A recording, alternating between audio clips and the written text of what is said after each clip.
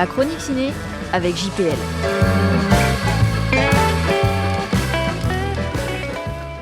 Les goûteuses d'Hitler, huis clos à déguster.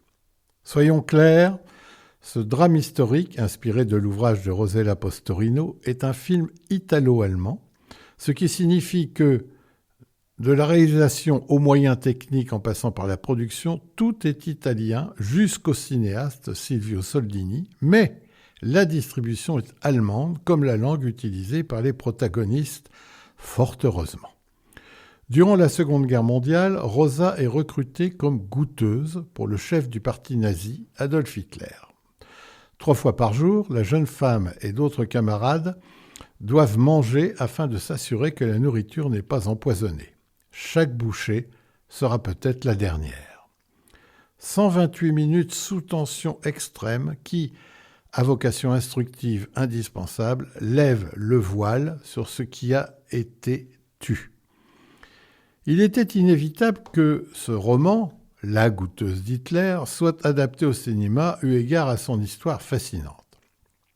L'autrice s'est inspirée des déclarations d'une Allemande de 96 ans, Margot Wolk, laquelle, en 2014, a accordé un entretien à la presse et révélé avoir été, durant 2 ans, l'une de ses goûteuses personnelles du Führer, près de son bunker en Prusse orientale. Tout est ici plus que soigné, la bande-son, les décors et couleurs inspirés de véritables photos des années 40, notamment avec des tons gris-bleu et magenta.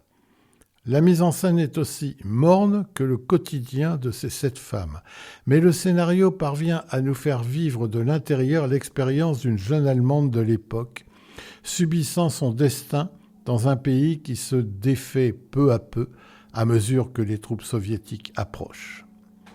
L'intérêt vient moins du suspense en prévision d'une éventuelle ultime bouchée que de la condition du peuple dans une Allemagne de plus en plus aux abois et plus précisément d'une poignée de femmes à la fois privilégiées et victimes d'un régime barbare, exigeant mais passionnant. L'interprétation est remarquable, avec en haut de l'affiche Elisa Schlott, que je découvre dans ce film. Max Riemelt, excellent dans La Belle Affaire, et Alma Hazoun, déjà aperçue dans des films à costume comme Corsage. Mais tous les seconds rôles sont absolument bien tenus. Cadencé par chaque repas pris, le film courait le risque de vite tourner en rond. Mais intelligemment, le cinéaste a tourné sa caméra vers ces 7 rats de laboratoire, ces 7 victimes quasi cloîtrées, constamment en sursis, à distance du mal, avec un grand M, toujours hors champ.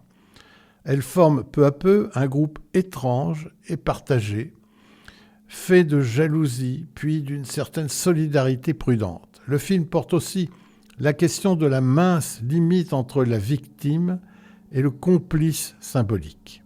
Elles qui ont finalement protégé le mal.